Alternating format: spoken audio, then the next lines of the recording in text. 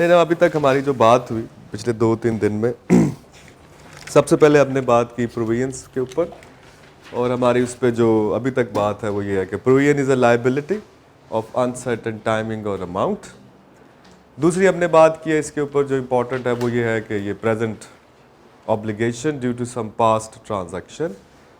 Recognition criteria इसका है 3 parts में हमने बात की कि जनाब number 1 present obligation due to some past transaction, second probable outflow of economic benefit, और 3 a reliable estimate can be made.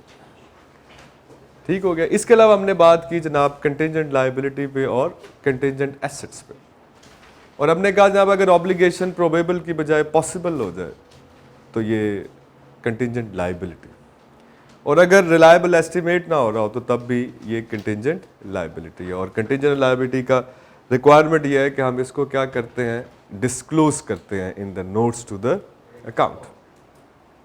इसके अलावा हमारी बात हुई कि जनाब अगर एक कंटिंजेंट इवेंट है and if it involves an inflow of economic benefit तो ये कंटिंजेंट एसेट, और कंटिंजेंट एसेट अगर पॉसिबल और रिमोट है तो इग्नोर कर दिया जाता है, और अगर प्रोबेबल हो तो डिस्क्लोज, और उसको हम रिकग्नाइज करते हैं जब वो वर्चुअली सर्टन हो जाए। तो ये जो ब्रीफ हाईलाइट थी जो अभी तक हमने बात की पिछले 3-4 लेक्चर्स में वो है। आज हम इसको फर्दर आगे लेके चलेंगे, और हमारे पास जो डिस्कशन अंडर डिस्कशन है वो प्रोविजंस, और प्रोविजंस पे हमने बात कर ली जनाब इसकी डेफिनेशन पे, इसके रिकग्निशन क्राइटेरिया पे। आज हम बात करेंगे मेजरमेंट, मेजरमेंट ऑफ प्रोविजंस। आपने इसकी वैल्यू कैलकुलेट करनी है, वैल्यू ड्राइव करनी है, तो इसकी वैल्यू ड्राइव करते हुए आपको किन किन चीज़ों को कंसिडर करना पड़ेगा। हमने बात की कि once the recognition criteria is being met, आपको एंट्री क्या करनी है, आपको एंट्री करनी है प्रॉफिट और loss account debit to provisions. Now the question is कि ये जो प्रोविजन की अमाउंट आप डिटरमिन करेंगे, ये अमाउंट कैसे डिटरमिन होगा, इसको डिटरमिन करते हुए आपने किन किन चीज़ों को कंसिडर करना है। ठीक, तो हमने कहा जनाब अगर आप रिकग्निशन क्राइटेरिया में देखें तो हमारे पास जो सबसे पहली इनपुट आती है वहां से वो ये है अ reliable estimate can be made. इसका मतलब है सबसे पहली बात जो हमें समझ आती है वो ये है कि provision itself is an estimate. Provision एक एस्टिमेट ऐसे ही है, और एस्टिमेशन के लिए हमारे पास जो आज तक थोड़ी बहुत हमें अंडरस्टैंडिंग है एस्टिमेट की वो ये है कि estimate is always based on the available information. जो आपके पास इंफॉर्मेशन अवेलेबल होती है अप टू द डेट, जिस दिन आप एस्टिमेट कर रहे होते हैं, उसके रेफरेंस से एस्टिमेट किया जाता है। एक हमें एस्टिमेशन के बारे में ये बात पता है। दूसरी बात हमें एस्टिमेट के बारे में ये भी पता है कि जब हम एस्टिमेट करते हैं तो इसमें बाय डिफॉल्ट जो चीज़ बिल्ट इन होती है वो अनसर्टेनिटी, राइट, अनसर्टेनिटी है, रिस्क है, अनसर्टेनिटी। ठीक, कि पता नहीं क्या होगा जनाब, जो हम सोच रहे हैं वैसे होगा या नहीं होगा। इन the light of the current information लगता तो यही है, ये होगा।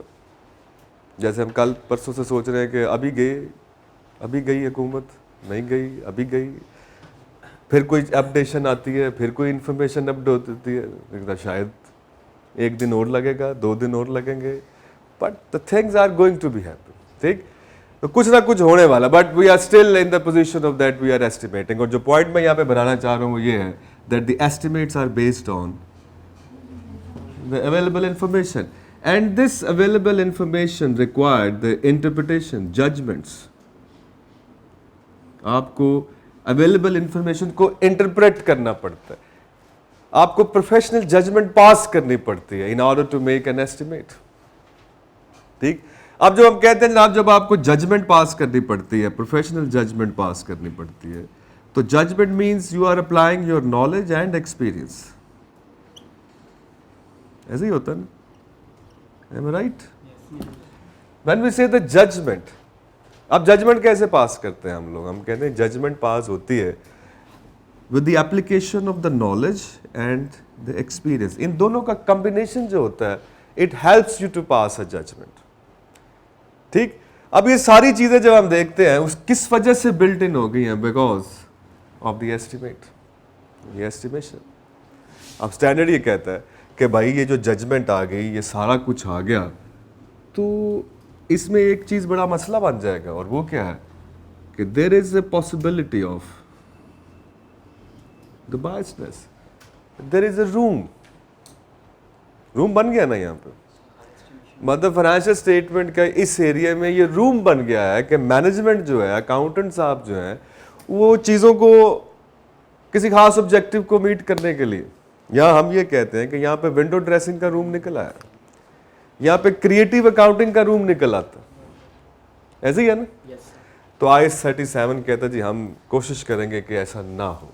सो they provide you the guidelines how to measure. आप जब जजमेंट पास करेंगे तो जजमेंट पास करते हुए आपने किन किन चीजों को कंसिडर करना, पॉसिबल गाइडलाइंस आपको देते हैं, ताकि ये जो रूम क्रिएट हो गया इसके अंदर जो पॉसिबिलिटी आ गई है because of the uncertainty prevailing the estimate and the estimation requires the information, the requirement of interpretation of the information and the judgment. So इतनी सारी चीजें इकट्ठी हो गई एक चीज के अंदर, तो अब क्या करना पड़ेगा? अब 37 आपको कहते हैं कि जनाब जब आप अमाउंट डिटर्मिन करें, so we are giving you particular guidelines, आपने इन गाइडलाइंस को कंसिडर करते हुए जजमेंट पास करना। ठीक, इन गाइडलाइंस को आपने कंसिडर करना है, फिर आपने जजमेंट पास करना। जैसे सबसे पहले स्टैंडर्ड ये कहता है कि अगर आप एक ऐसी सिचुएशन में हैं जहां पर एक लार्ज पॉपुलेशन है जिसके बारे में आप देखना चाह रहे हैं, एस्टिमेट करना चाह रहे हैं, जैसे फॉर एग्जांपल कल हम एग्जांपल पढ़ रहे थे कि जनाब प्रोविजन फॉर वारंटीज है जी, कल हमने एक केस स्टडी पढ़ी, उसमें उसने कहा जनाब के एक कंपनी जो है वो चीज़ें बेच रही है, सेल कर रही है, ठीक, तो हमें ये पता है कि कुछ चीज़ें वापस आ जाएंगी।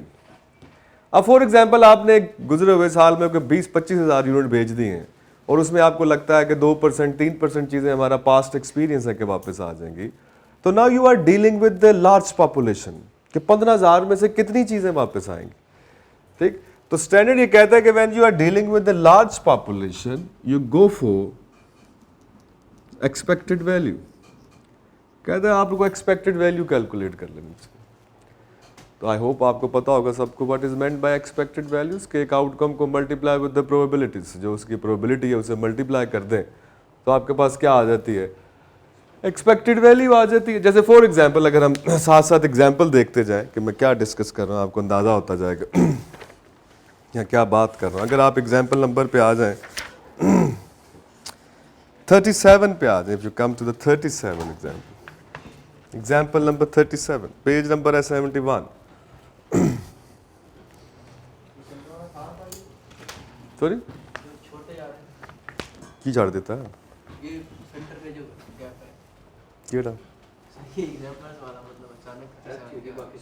नहीं वो करते हैं जो रेलेवेंट, फिर एक दफा दोबारा रिव्यू करेंगे ना, चीजें जो रह जाएंगी वो रह नहीं जाएंगी आखिर पे, वो हो गई होंगी। लेकिन आप इसमें एग्जाम्पल नंबर 31 पे अगर आप देखें, an entity sells goods with a warranty under which customers are covered for the cost of repairs of any manufacturing defects that become apparent within the first 6 months after purchase. If minor defects were detected in all products sold, repair cost of rupees 850,000 would result. कहता है जनाब अगर जितनी चीजें हमने बेची हैं उन सब में माइनर डिफेक्ट आ जाएं तो उनको ठीक करने में 8,50,000 रुपये लगेंगे, और अगर सब में मेजर डिफेक्ट आ जाएं तो 4.5 मिलियन लगेगा। ठीक, then it is past experience and future expectation indicate that for the coming year 75% of the goods sold will have no defects. कहता है ये हमारा एक्सपीरियंस जो है वो ये कह रहा है, the available information जो है and the interpretation of the information हमें ये बताती है कि 75% चीज़ों में कोई डिफॉल्ट नहीं होगा, there will be no fault, और जो 20% चीज़ें बचेंगी उसमें से 20% में माइनर डिफेक्ट होंगे और 5% चीज़ों में मेजर डिफेक्ट होंगे। ठीक, अब इसमें सबसे पहले तो हम वही जो पुरानी बात है कि रिकग्निशन क्राइटेरिया मीट होता है, प्रोविजन रिकग्नाइज होगी। Number 1 question 1 is are we going to recognize a provision, तो हम कहेंगे हाँ जी, देखना ये पड़ेगा कि क्या रिकग्निशन क्राइटेरिया मीट हो रहा है। तो सबसे पहले present obligation is due to some past transaction, तो वो है, वो ऑब्लिगेटिंग इवेंट है, आपका सेल करना चीज़ों को इज एन ऑब्लिगेटिंग इवेंट, ऐसे ही है। प्रोबेबल आउटफ्लो है, तो हम कहते हैं हाँ जी, पास्ट एक्सपीरियंस ये बता रहा है कि 25% चीज़ें क्लेम में वापस आ जाती हैं, यही बता रहा है ना। इसका मतलब है प्रोबेबल आउटफ्लो है, रिपेयर कॉस्ट आएगी आएगी आपकी।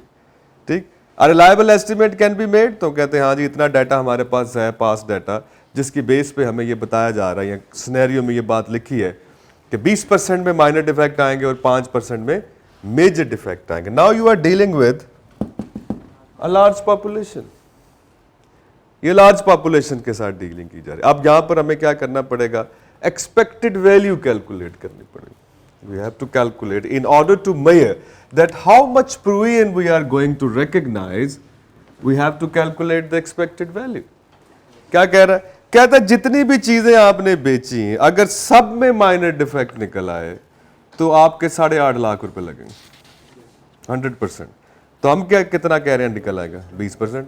इसका मतलब है 850,000 इंटू 0.2।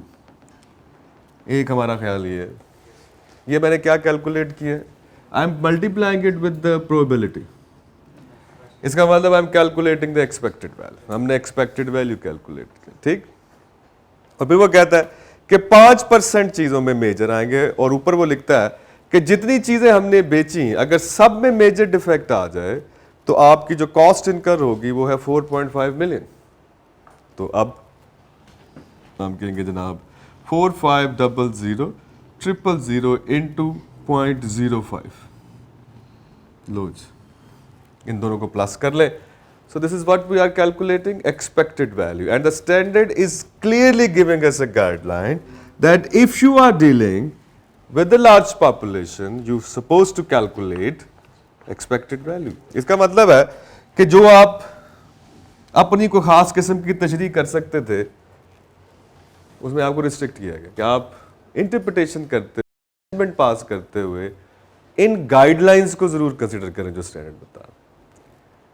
ठीक हो गया, मैक्सिमम सिनेरियोस पे बात करें। जैसे अब आप नेक्स्ट एग्जांपल पे आए, ठीक, तो कहता है जनाब अगर आप किसी ऐसी सिचुएशन में हैं जहां पे आपको लग रहा है कि एक रेंज आ जाती, मल्टीपल रेंज है, और वो लग रहा है कि हर चीज के होने के चांसेस इक्वली हैं, ये भी हो सकता है, ये भी हो सकता है, ये भी हो सकता है, ये भी हो सकता है। ठीक, तो हम कहते हैं जनाब अगर आप नेक्स्ट एग्जांपल देखें,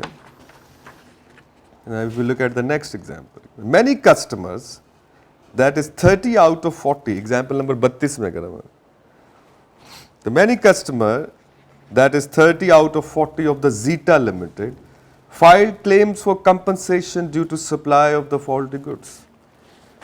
सही हो गया जनाब? अच्छा जी, अब वही सवाल सबसे पहले आएगा, are we going to recognize a provision? तो हम देखेंगे कि क्या रिकग्निशन क्राइटेरिया मीट करता है, is there N ऑब्लिगेटिंग event.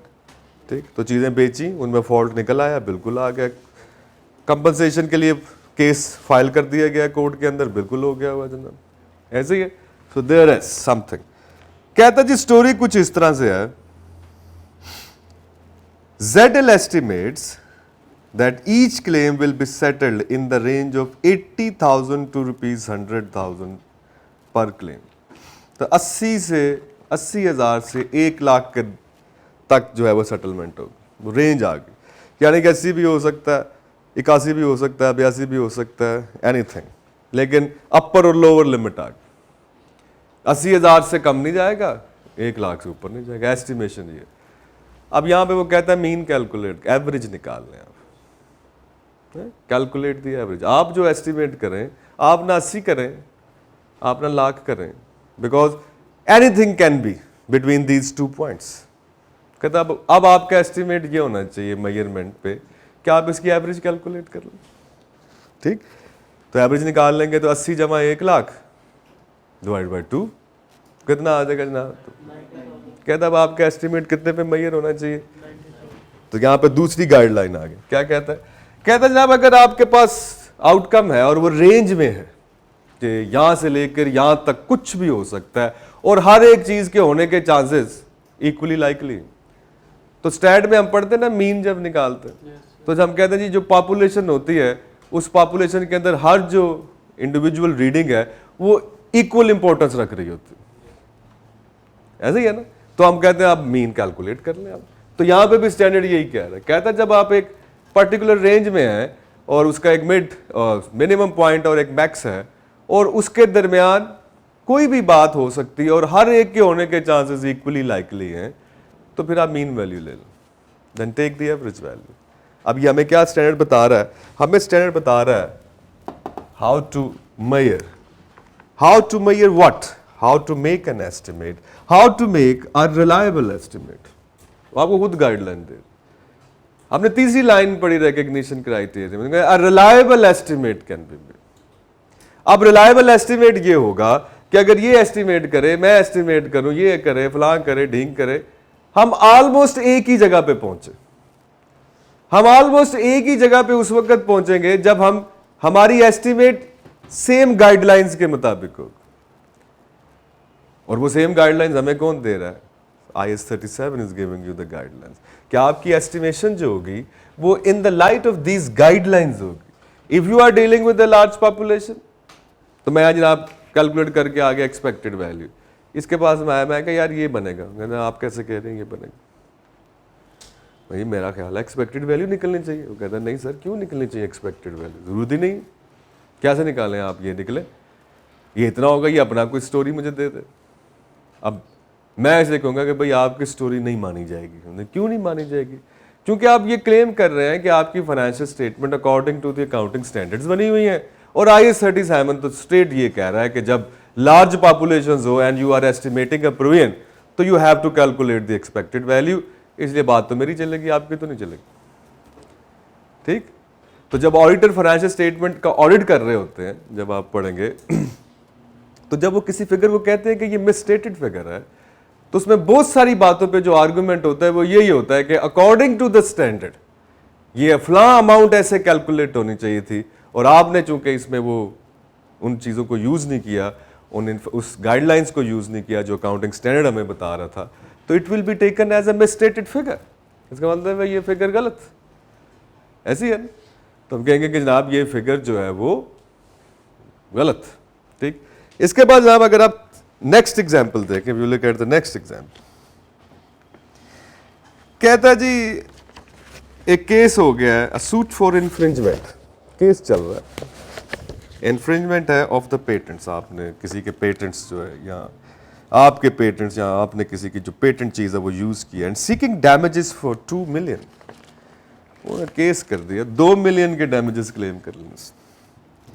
was filed by a third party and it is legal consultant is of the opinion that an unfavorable outcome is most likely। कहता है कि फाइन हो जाना चाहिए, यानी कि वो कहने का मतलब ये है, वो कह रहा है भाईजान पेनल्टी पै गई, there will be a penalty, and उसका जो क्लेम है थर्ड पार्टी का regarding the infringement of the patents वो सक्सेसफुल हो गया, and we are going to pay the claim जो है, जो भी उसको पेनल्टी है, कह रहे on the basis of the past experience, जो इन्फॉर्मेशन अवेलेबल है हमारे। पास्ट एक्सपीरियंस का मतलब ये होता है अवेलेबल इन्फॉर्मेशन, एक्सपीरियंस है आपके पास, इन्फॉर्मेशन ही होती। कहता जो हमारा पास्ट एक्सपीरियंस है उसका, एक्सपर्ट साहब का, वो ये एडवाइस दे रहे हैं कि 60% प्रोबेबिलिटी है that the amount of damages would be ₹1 million, और 40% प्रोबेबिलिटी है कि ये 1.5 मिलियन। ठीक? अब यहां पर ना कोई ये लार्ज पॉपुलेशन है, एक सिंगल क्लेम है, we are not dealing with the large population, so there is not suppose to be expected value. मतलब अगर हम ये सोचें कि यार ये अपना 1 को मल्टीप्लाई करते हैं 0.6 से, और 1.5 को मल्टीप्लाई करते हैं 0.4 से, और दोनों को ऐड कर लें, ऐसे भी तो हो सकता था ना, लेकिन ऐसा करना गलत हो जाएगा। Why? Because we are not dealing with the large population. So यहाँ पर स्टैंडर्ड आपको ये नहीं कह रहा कि आप एक्सपेक्टेड वैल्यू कैलकुलेट। अब यहाँ पर मीन वैल्यू भी कैलकुलेट हो सकती है। है ना। मैं 1.1 मिलियन को प्लस 1.5 मिलियन दोनों को ऐड करूं, 2 से डिवाइड कर दूं, तो मीन वैल्यू भी निकल सकती, लेकिन मैं वो भी नहीं करूंगा। स्टैंडर्ड कह रहा नहीं, चूंकि ये रेंज नहीं है, इसमें हर चीज इक्वली लाइकली नहीं है। ये नहीं कहा जा रहा कि क्लेम 1 मिलियन भी हो सकता है, 11 लाख भी हो सकता है, 12 लाख भी हो सकता है, यानी कि 1 मिलियन से 1.5 मिलियन के दरमियान कोई भी वैल्यू हो सकती है, ये तो नहीं कहा जा रहा। इसका मतलब है मीन भी नहीं निकलेगा। सिचुएशन डिफरेंट होगी ना। पहली सिचुएशन एक्सपेक्टेड वैल्यूज किस वक्त यूज हो रही है, when we are dealing with a large population. Second situation कहता है सिनेरियो कुछ इस तरह से है कि एक रेंज है और उसके दरमियान कोई भी वैल्यू यूज हो सकती है, so the everything is equally likely. कहता है आप मीन कैलकुलेट कर ले, एवरेज निकाल ले, ठीक। अब तीसरी सिचुएशन बन, तीसरी सिचुएशन में आउटकम है 2, है जी, या तो एक 10 लाख फाइन होगा या 15 लाख फाइन होगा। अब फ्रेंड कहता है 2 आउटकम है, जो मोस्टली लाइकली है वो ले ले। अब इन दोनों में मोस्टली लाइकली कौन सा है? 60% प्रोबेबिलिटी है, तो कहता है बस वो ले ले आप, ठीक। क्या कहता है? कहता है जनाब the entity should make a provision of the amount of ₹1 million being most likely outcome. The expected value is more suitable when there is a large population of similar. वो भी यही बात यहाँ पे कर रहा है कि अगर ईवी उस वक्त निकलती है when we are dealing with a large population. So it's not a large population, it's just a single claim. और उस सिंगल क्लेम की आउटकम क्या हो सकती है? यहाँ आपको 10 लाख का फाइन हो जाएगा, यहाँ आपको 15 लाख का फाइन। अब स्टैंडर्ड ये कह रहा है कि अगर 2 आउटकम है तो आप इनमें से कौन सी लें जो मोस्ट लाइकली, तो जिसकी प्रोबेबिलिटी 60% है वो आप ले लें। Got it? ठीक। अब इसके बाद वाली एग्जांपल देखेंगे हम। अगर नंबर 34 कहते हैं entity has to rectify a serious fault in major plant that it has constructed for a customer. तो किसी के लिए एक प्लांट बनाया और उसमें बड़े फॉल्ट, सीरियस किस्म के फॉल्ट आ गए। The individual most likely outcome for the repair to succeed at the first attempt at a cost of ₹2 lakh. कहता जनाब अगर तो उस प्लांट को ठीक करने गए और पहली अटेम्प्ट में ही प्लांट ठीक हो गया तो 2 लाख रुपए लगेगा आपको, ठीक। लेकिन there is a significant chance that second attempt would be necessary costing an additional 80,000। कहता पर तजर्बा और जो पॉसिबिलिटी हमें नजर आ रही है वो ये है कि पहली ट्राई कामयाब कोई नहीं होनी, दूसरी दफा फिर लग जाना है, और दूसरी दफा करते हुए आपका 80,000 रुपये लग जाना, ठीक। The briefly advise on the measurement of the provision. इसका मतलब दोनों ही आउटकम मोस्ट इक्वली लाइकली है। 2 लाख भी लगना है, यानी कि टोटल आपका कितने पैसे लगने हैं? 2,80,000। तो प्रोविजन कितने की बनेगी? 280,000। Got it? अब आप दोबारा पेज नंबर 71 पे आ गए। हेडिंग है मेजरमेंट, रीइंबर्समेंट एंड चेंजेस। मिल गया जी? तो अभी हम पढ़ रहे हैं मेजरमेंट। 3 चीजें हैं इसमें, मेजरमेंट, सेकंड है रीइंबर्समेंट, ये अभी हमने इस पर कोई बात नहीं की, तीसरी चीज़ है चेंजेस। अभी हम बात कर रहे हैं सिर्फ एक चीज़ पे, and that is the first time measurement. आप उसको एस्टिमेट को मेजर कर। कहता जी 37 जो है वो रिक्वायर करता है the amount recognized as a provision shall be the best estimate of the expenditure required to settle the obligation at the end of the reporting period. The best estimate is the amount that entity would rationally pay to settle the obligation at the end of the reporting period or to transfer it to the third party at that time. यानी कि यहाँ तो आप पे करेंगे या किसी को स्पुर्द कर देंगे आप। The estimate of outcomes and financial effect are determined by the judgment of the management, supplemented by the experience of the similar transaction, and in some cases reports from the experts. इसका मतलब क्या? इन तीनों को अगर आप देखें तो it's all about the available information. You have to make an estimation. अब आपके पास इन्फॉर्मेशन कहाँ से आ सकती है अवेलेबल, जिसकी बेस पे एस्टिमेट होगा? वो यहाँ आपका अपना पर्सनल एक्सपीरियंस है, और अगर आपका पर्सनल एक्सपीरियंस नहीं है तो किसी एक्सपर्ट का।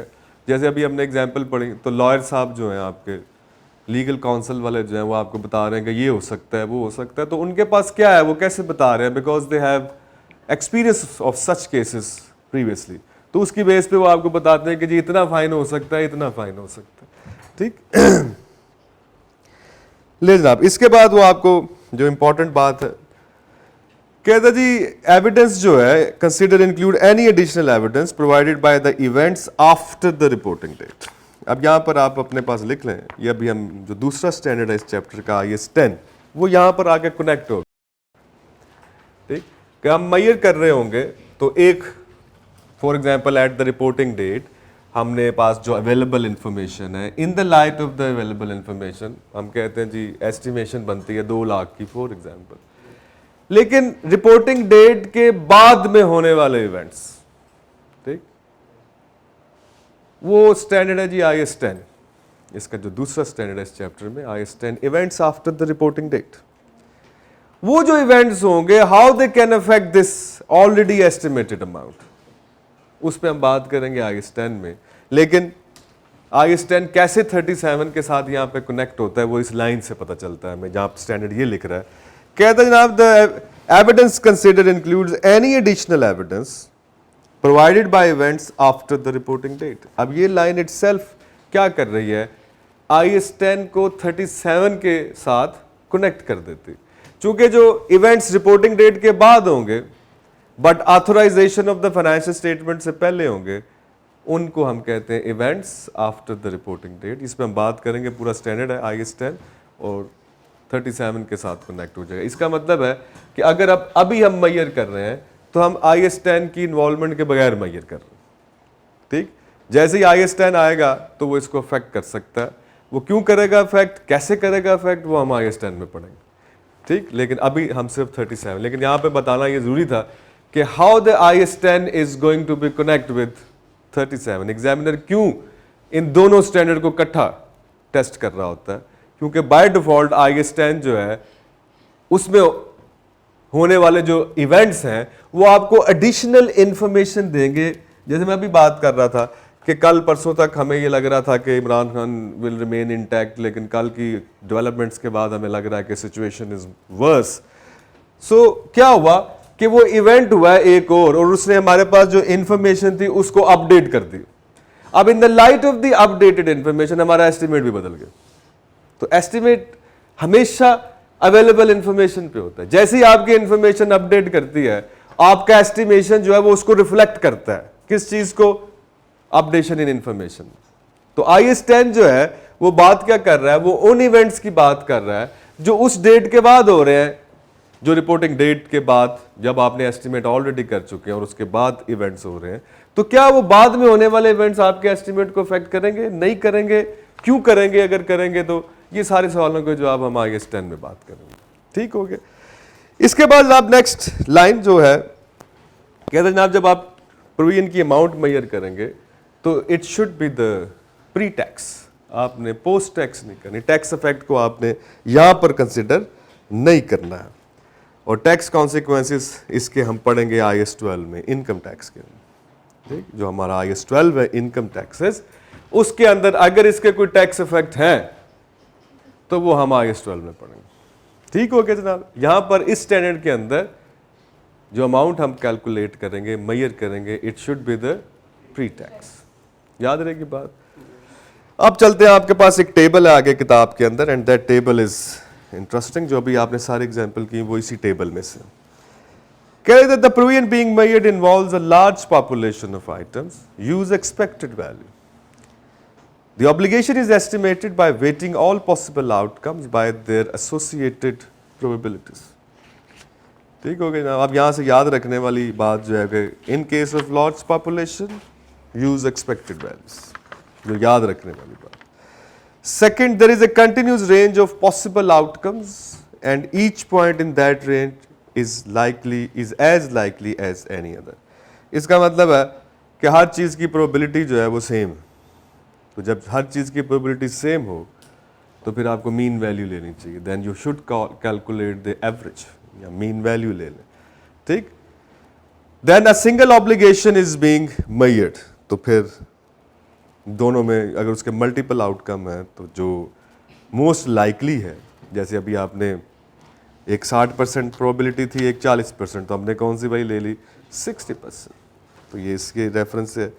और फिर उसके बाद वो कहते हैं where other possible outcomes are either most higher और mostly lower than the most likely outcome the best estimate will be the higher और lower amount.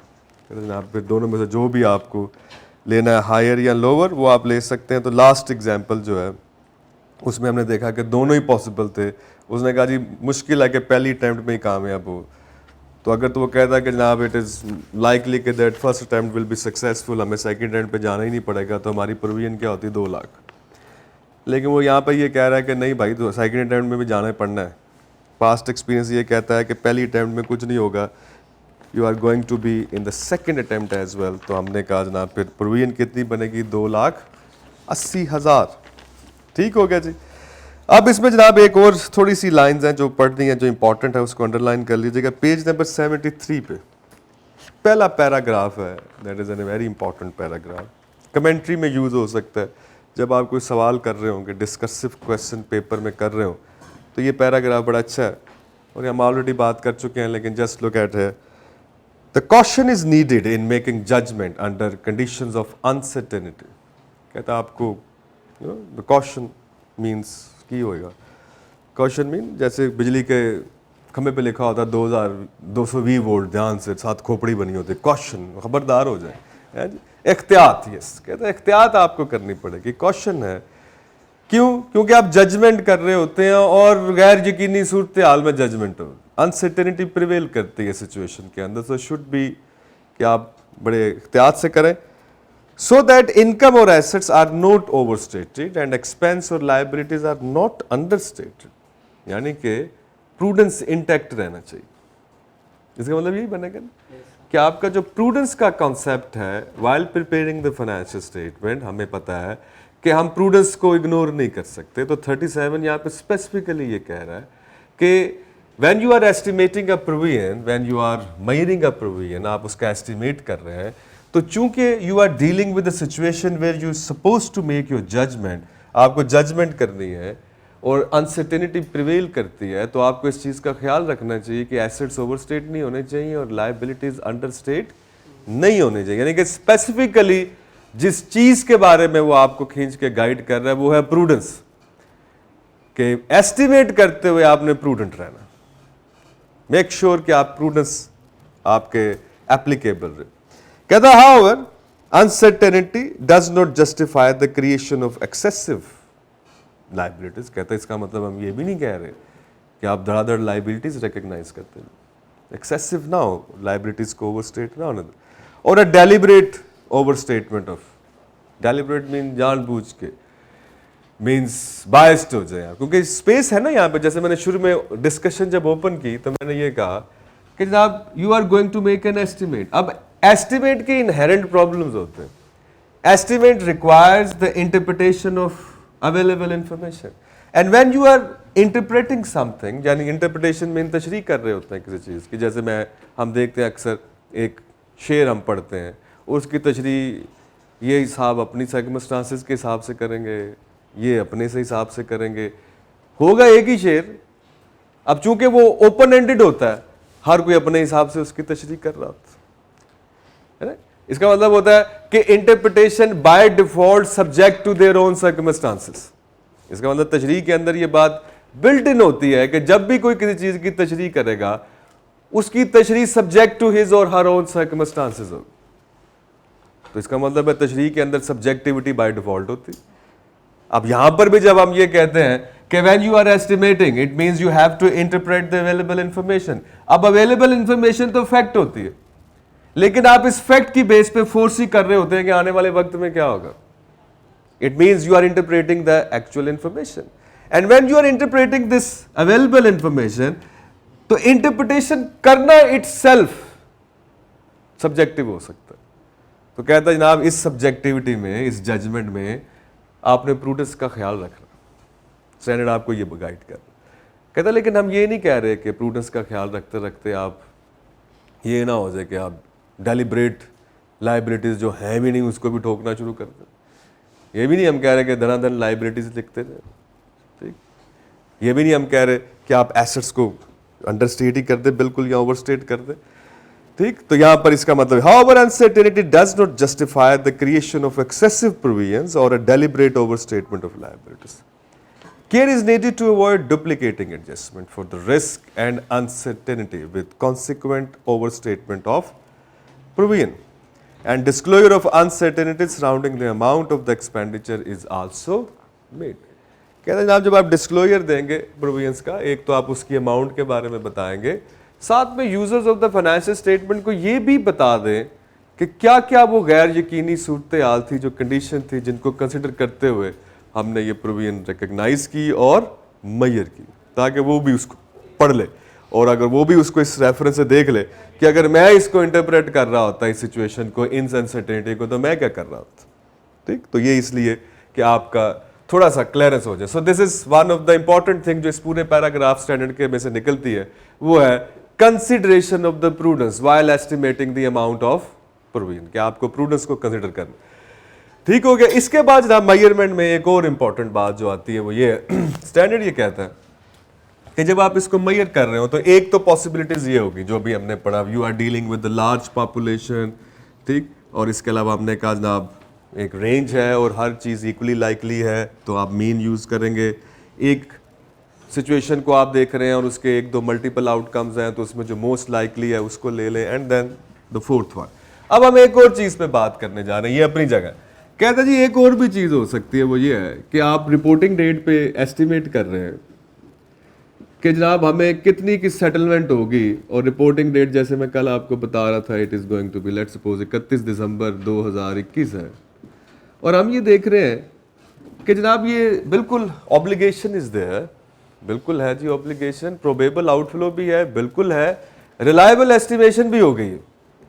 Now the issue is this कि सेटलमेंट डेट जो है वो कोई 4-5 साल बाद, after 4 और 5 ईयर्स। तो स्टैंडर्ड ये कहता है कि सर ये ठीक हो गया, now the time value of money becomes significant. यहाँ पे जो टाइम वैल्यू ऑफ मनी है, दैट इज द TVM जिसको हम नॉर्मली बोलते हैं, the time value of money becomes significant. कहता जब ये सूरत हाल हो जाए कि time value of money significant होगी, तो यहाँ पे स्टैंडर्ड ये कहता है anything which is going to be settled after 12 months, more than 1 accounting year, अगर उसमें हायल हो गया तो TVM सिग्निफिकेंट हो जाती है, टाइम वैल्यू ऑफ मनी जो है वो सिग्निफिकेंट हो जाती है। And when the time value of money becomes significant, it should be measured at the present value. कहता फिर आप इसको प्रेजेंट वैल्यू पे मेजर करेंगे। किस केस में? If the time value of money becomes significant. It means अगर इसकी सेटलमेंट की वो हम देख रहे हैं आने वाले वक्त में ही होगी, लेकिन आने वाले वक्त में वो 12 माह से बाद जाके कहीं सेटल हो रही है, तो स्टैंडर्ड ये कहता है it's by default the time value of money is significant, now it should be measured at the present value. अब जब हम प्रेजेंट वैल्यू की बात करते हैं तो फिर हमें डिस्काउंट रेट चाहिए, now we need a discount rate. ठीक हो गया, हमें डिस्काउंट रेट चाहिए, तो स्टैंडर्ड ये कहता है कि ये डिस्काउंट रेट जो है it should be number 1, it should be a pre tax. जैसे अभी हमने पढ़ा कि जब हम एस्टिमेट कर रहे होते हैं यहाँ पर, तो जो मेजरमेंट है उसमें स्टैंडर्ड ने कहा कि it should be a pre tax, क्योंकि इसके टैक्स कॉन्सिक्वेंसेज हम आगे 12 में डिस्कस करेंगे। तो जब आप प्रेजेंट वैल्यू भी निकाल रहे होंगे तो जो डिस्काउंट रेट आप लेंगे it should be a pre tax discount rate. ठीक, और एग्जाम में अगर आपको पोस्ट टैक्स और प्री टैक्स डिस्काउंट रेट दे दिया गया तो आपको सिंपली कौन सा सिलेक्ट करना है? According to the standard it is should be the pre tax discount. आपने प्री टैक्स डिस्काउंट रेट जो है वो आप देखेंगे। इसमें अगर आप पैराग्राफ देखें जो स्टैंडर्ड हमें बता रहा है दैट इज क्या कह रहा है जनाब? कहता है जी the amount of provision is discounted that is recognized at present value. कहता जी जो प्रोविजन की अमाउंट आपने कैलकुलेट की है उसको डिस्काउंट कर लें। डिस्काउंट का मतलब पता ना आपको? डिस्काउंट कर लेना, प्रेजेंट वैल्यू पे ले जाना। Where the effect of time value of money is material, यानी कि सिग्निफिकेंट हो जाए, जहां पर time value of money become significant, ठीक, मटीरियल हो जाए, तो अब आपको क्या करना है? अब आपको प्रेजेंट वैल्यू लेनी। ठीक, अब ये सिग्निफिकेंट कब होता है? Now the question is when it becomes significant. तो इसके बारे में गाइडलाइंस इंटरप्रिटेशन ये कहती हैं कि जब एक ऑब्लिगेशन सेटल होगा sometimes in future and it is far away, यानी मोर देन 12 मंथ्स आ गए हैं बीच के अंदर, तो फिर ये time value of money by default क्या हो गई है, सिग्निफिकेंट हो गई। The discount rate shall be a pre tax rate, ये प्री टैक्स रेट होना चाहिए, that reflects current market assessment of the time value of money and the risk specific to the liability। ठीक हो गया कि जो लाइबिलिटी है जिसकी बात हम कर रहे हैं, जो ऑब्लिगेशन आपने सेटल करने जाना, ये डिस्काउंट रेट प्री टैक्स होगा, ठीक, नंबर 1। और जो इस वक्त टाइम वैल्यू ऑफ मनी से रिलेटेड चीज़ें हैं मार्केट के अंदर, ठीक, उससे वो रिलेट करता हो। यहाँ पे आपने जो इंपॉर्टेंट बात याद रखनी है वो दो हैं, एक है it should be pre tax, ठीक, और दूसरा ये है कि ये जो डिस्काउंट रेट आप लेंगे, ये जो आपका उसके लिए ये जो आप ऑलरेडी रिस्क असेस करके उसके लिए आपने ये प्रोबेबिलिटी या एक्सपेक्टेड वैल्यू निकाल ली है, वो तमाम अनसर्टेनिटी दोबारा डिस्काउंट रेट में इनकॉर्पोरेट नहीं करनी आप, ठीक। इससे क्या हो जाएगा, एक ही चीज़ दो दफ़ा इनकॉर्पोरेट हो जाएगी, ठीक। तो ये एक इंपॉर्टेंट बात, to avoid duplication the discount rate shall not reflect risk for which future cash flow estimate have already been adjusted। जैसे आपने कहा जी when it becomes large population, तो आपने इसको ऑलरेडी एक्सपेक्टेड वैल्यू से कैलकुलेट कर लिया, मल्टीप्लाई बाय 0.2 किया ना आपने। इसका मतलब आपने जब कैश फ्लो एस्टिमेट किया है कि 4.5 लाख रुपया, 8.5 लाख रुपया लगेगा अगर सारे की सारी चीज़ें खराब हो जाए, तो आपने कहा जी वो 20% खराब होंगी, तो आपने जो एक्सपेक्टेड कैश फ्लो निकाली है वो 8.5 लाख के 20% निकाल ली। कहता है ये जो आप ऑलरेडी कर चुके हैं इनकॉर्पोरेट, उसको आप दोबारा डिस्काउंट रेट के अंदर आपने मल्टीप्लाई नहीं कर देना। जैसे आप क्या कर रहे हैं, आप कह रहे हैं ये डिस्काउंट रेट ये है, तो जनाब चूंकि 20% होगा तो डिस्काउंट रेट को भी आप एडजस्ट कर रहे हो, तो ऐसे नहीं करना आपने। जिसके लिए आप कैश फ्लो उसको ऑलरेडी कर चुके हैं, उसके लिए दोबारा आपने डिस्काउंट रेट को एडजस्ट नहीं करना। इसमें अगर आप एग्जांपल नंबर 35 देखें, लुक एट द 35, कहते हैं x limited has installed a plant, the useful life is 10 years at a total cost of ₹12 million on January 1st, 2001। ठीक हो गया जी। कहता जी आपने एक प्लांट जो है वो इंस्टॉल कर लिया, तो जब आपने प्लांट इंस्टॉल कर लिया 10 साल उसकी यूजफुल लाइफ है, इस पे 20 मिलियन लगे हैं, और जनवरी 2001 की बात है। कहता है ये लीगल रिक्वायरमेंट है कि आप इस साइट को रिस्टोर करेंगे, और एस्टिमेशन ये है कि इस पे 5 मिलियन लगेंगे ऑन 31 दिसंबर 20Y0, यानी कि 10 साल बाद, using technology on the restoration that X limited has used in the past as well. However, if another existing technology is used on this type of restoration, it would be cost ₹3 million only. Then it use pre-tax discount rate of ₹10% wherever applicable. Calculate the amount of the pavilion at its inception and inception. तो अब आप देखें कि क्या लेंगे जी आप। कहता जी 5 million लगेंगे अगर वही टेक्नोलॉजी यूज की जाए जो अभी यूज हो रही है, ठीक, जो पास में करती रही है, लेकिन अनदर एग्जिस्टिंग टेक्नोलॉजी आजकल मार्केट में आ गई है, अगर वो यूज करेंगे तो 3 मिलियन लगेंगे। तो यार हम 3 मिलियन ही लेंगे, है जी, 2 मिलियन का फायदा हो जाएगा ना हमें। तो हम तो पहले ही कहते हैं जहाँ जहाँ बचत हो जाए, तो फ्यूचर टेक्नोलॉजी को कंसिडर करते हुए हम देख रहे हैं, तो 3 मिलियन लगेगा हमारा। अब मैं अगर आपसे कहूँ कि इसकी एंट्री करेंगे, तो हम 1 जनवरी को इसकी एंट्री क्या कर रहे होंगे, 1 जनवरी 2020X1, तो आप एंट्री कर रहे होंगे प्लांट अकाउंट डेबिट, और इस पे पैसे लग गए हमारे 1 जनवरी को 20 million to cash to provision for restoration, to provision for restoration. अब ये तो लग गए 20। अब वो कह रहे हैं एस्टिमेशन ये है कि अगर आप जो टेक्नोलॉजी पास्ट में यूज करते रहे वही यूज करें तो 5 मिलियन, लेकिन जो फ्यूचर में जो टेक्नोलॉजी अब नई आ गई है उसके रेफरेंस से कर देंगे तो 3 मिलियन में ही काम हो जाएगा। तो मेरे ख्याल में the most rational estimate should be the 3 million, ऐसे ही है। तो 3 मिलियन हम ले लेंगे, 3 मिलियन मल्टीप्लाई विद 1/1.1 पावर 10, ऐसे ही है, ये इसकी प्रेजेंट वैल्यू आ जाएगी, this is going to be the present value. ऐसे ही है, कितनी आ गई प्रेजेंट वैल्यू? तो अब कहते हैं जी ये कोई आ जाती है 1.15663, ऐसे ही है 1.15663 मिलियन में आ गई। इसका मतलब ऐसे टोटल कैपिटलाइज हुआ है 21,15,663। डन?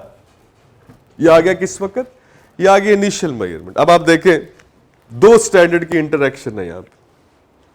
जब आप प्लांट को कैपिटलाइज कर रहे हैं, इनिशियल मेजरमेंट कर रहे हैं प्लांट की, तो IS 16 का इनिशियल मेजरमेंट का रूल लग रहा है, याद है ना आपको? IS 16 कहता है जनाब tangible non current asset PPE initially measure होंगे कॉस्ट पे। वो कहता है कॉस्ट क्या कहता है जी? वो जो आपकी परचेज प्राइस है, जो आपके पैसे लग गए, plus any expenditure which is necessary to bring an asset in an operating condition. याद है ना आपको ये लाइन? अब आप देखें कि हम प्लांट के अंदर 1.15 भी एड अप कर रहे हैं, और ये क्या है? ये एक एस्टिमेशन है ऑफ द फ्यूचर कॉस्ट। ये जैसे ही हमने प्लांट इंस्टॉल किया है तो ऑब्लिगेटिंग इवेंट हो गया। प्लांट इंस्टॉल करने की वजह से एंटिटी का ऑब्लिगेशन क्रिएट हो गया, ठीक? और वो ऑब्लिगेशन आपने रिकॉग्नाइज करना है, और हमने वो ऑब्लिगेशन रिकॉग्नाइज कर दिया by crediting the to provision for restoration. हो गया, रिकॉग्निशन हो गई। नॉर्मल एंट्री क्या थी? प्रॉफिट एंड लॉस अकाउंट है। अब थोड़ा ध्यान से मेरी बात सुननी। P&L डेबिट हो गया, लेकिन यहां पे तो P&L डेबिट नहीं हो रहा, यहां पे तो हमने उसको कैपिटलाइज कर लिया, हमने एसेट की कॉस्ट में उसको ऐड कर दिया। Look at here, we are not debiting profit and loss, we are actually capitalising the asset.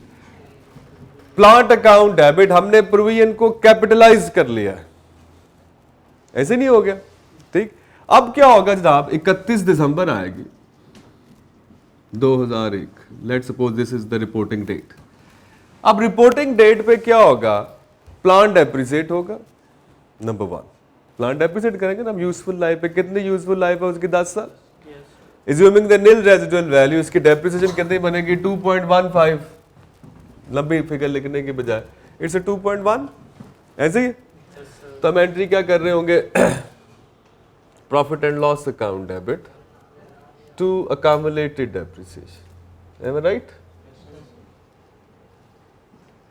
क्योंकि डेप्रिसिएशन ने क्लोज तो P&L के साथ ही होना, so it is going to be 2.115663, ऐसे ही बनेगा। एसेट डेप्रिसिएट होगा, ये क्या होगा? तो हम कहते हैं भाई ये अनवाइंड होगी। जैसे जैसे टाइम पीरियड गुजरेगा इसकी प्रेजेंट वैल्यू इंक्रीज होना शुरू हो जाएगी, क्योंकि 20x1 जनवरी को ये 10 साल बाद रेस्टोरेशन होनी है। 1 साल गुजरने के बाद अब ये 9 साल बाद रेस्टोरेशन होनी है। इसका मतलब इसकी टाइम वैल्यू ऑफ मनी में इंक्रीज आएगा। जैसे जैसे n कम होता जाएगा टाइम वैल्यू ऑफ मनी बढ़ती जाएगी। पहले 3 मिलियन 10 साल बाद लगना था, अब 3 मिलियन कितने साल बाद लगना है? 9 साल बाद। सो इट मींस जैसे जैसे टाइम पास होगा वैसे वैसे इस लायबिलिटी की वैल्यू बढ़ना शुरू हो जाएगी। इसको हम कहते हैं unwinding. This is what we called as unwinding. Reporting में हम इसे कहते हैं जी ये अनवाइंड हो रहा है। अनवाइंड एसेट भी होता है और लायबिलिटी भी होती है। Whenever you have measured anything on the present value, किसी भी एसेट या लायबिलिटी को आपने प्रेजेंट वैल्यू पे मेजर किया होगा, तो जैसे जैसे टाइम पीरियड गुजरेगा उसने खुलना है। खुलना मींस कि वो उसने प्रेजेंट वैल्यू से अपनी नॉमिनल वैल्यू की तरफ मूव करना है, और जब वो मूव करेगा तो दोनों में इंक्रीज आएगा, लायबिलिटी में भी इंक्रीज आएगा, एसेट में भी इंक्रीज आएगा, ठीक? तो जो टाइम गुजरने की वजह से इनमें मूवमेंट आती है due to the increase in present value, उसको हम कहते हैं ये अनवाइंड हो रहा है। अब जब लायबिलिटी अनवाइंड होगी तो इसकी डबल एंट्री हम क्या कर रहे होंगे? Profit and loss account debit as a finance cost. ये इंटरेस्ट कॉस्ट है, कहते हैं ये interest cost, it's an interest, ठीक? Profit and loss account debit to provision for restoration, to provision for restoration. कितने से जनाब? इसका 10% ले लें, ये आएगा 0.115663।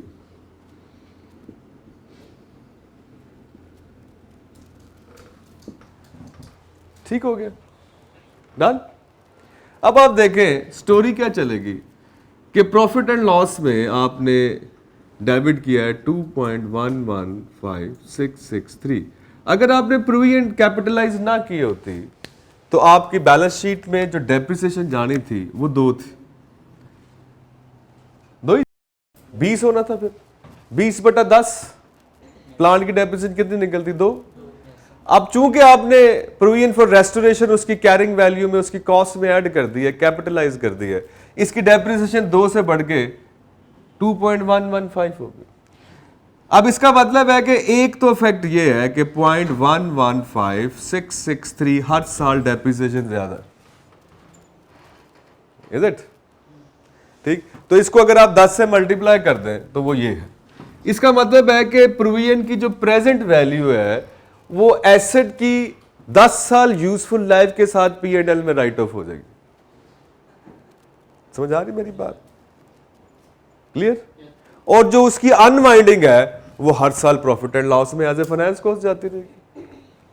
हो गया? दोनों बातें समझ आ गई? आ गई हैं कि नहीं?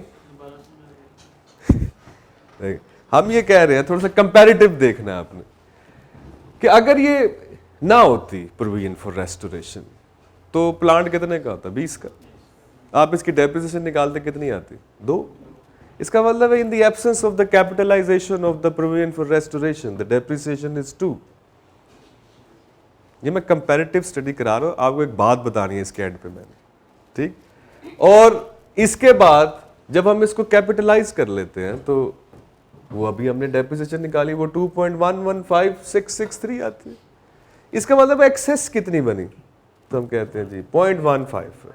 अब मैं अगर इसको 10 से, ये हर साल होगी, ओवर द 10 ईयर्स हर साल होगी, अगर मैं इसको ज़रब 10 कर दूं तो ये आ जाती 1.15 से। इसका मतलब है प्रोविजन फॉर रेस्टोरेशन की जो प्रेजेंट वैल्यू हमने निकाली थी वो हमने 10 सालों के प्रॉफिट एंड लॉस में एक्सपेंस आउट कर दी। जैसे जैसे प्लांट यूज कर रहे थे ऐसे ही 10 सालों में वो चली गई। और हर साल अनवाइंडिंग भी होनी है, क्योंकि आज 9 साल हो गए हैं, अगले साल 8 साल हो जाएंगे, फिर 7 साल हो गए, तो इसमें इंक्रीज आते रहना। यानी कि अगले साल की अगर मैं अनवाइंडिंग आज निकालूं तो वो क्या बनेगी? तो मैं कहूंगा वो बनेगी 1.15663 प्लस 0.11563 का 10%, राइट? ये अगले साल का इंटरेस्ट है, ये फिर और इंक्रीज कर जाएगी इससे। इसका मतलब है जो हमारा एस्टिमेट था 3 मिलियन का और जो प्रेजेंट वैल्यू आई -1.15663, ये दोनों का डिफरेंशियल कितना आता है? 1 पॉइंट, देखना जरा कितना आता है, 9 समथिंग 4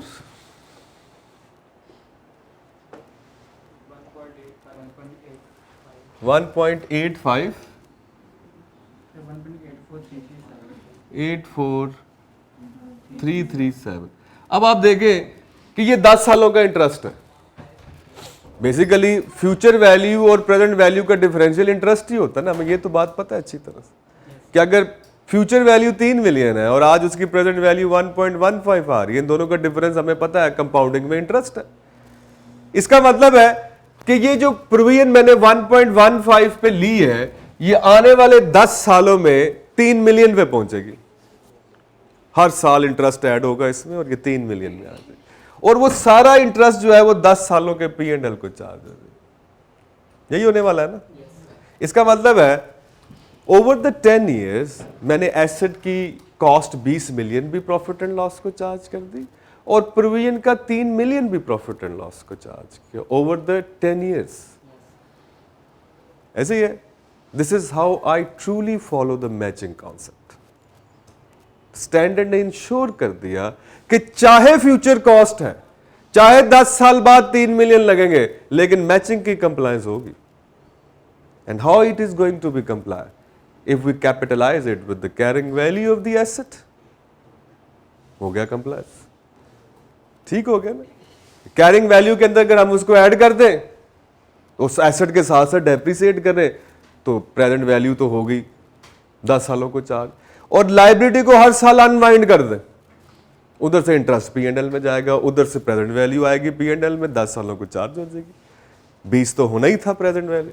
अब आप देखें ये सारी काउंटिंग ट्रीटमेंट जो स्टैंडर्ड हमें बता रहा है, ये इसके बैकग्राउंड में कौन कार्य फर्म है, you know, it is the matching, yes, it is the matching concept. समझ आ गई बात? तो ये हमारे पास आज का जो था वो कि प्रेजेंट वैल्यू पे आपने क्यों लेना है, because the time value of money becomes significant. ले जाओ, इसके बाद अगर आप आ जाए एग्जाम्पल नंबर, टाइम कितना आएगा साढ़े खत्म हो गया यार, मुझे बुला ही लेना था, मैं वो बैठा मेरे जेहन में से निकल गया। कॉलेज में ही होता हूँ मैं, अगर मैं 2-3 मिनट, यार तू तो मैंने बुला लेना है।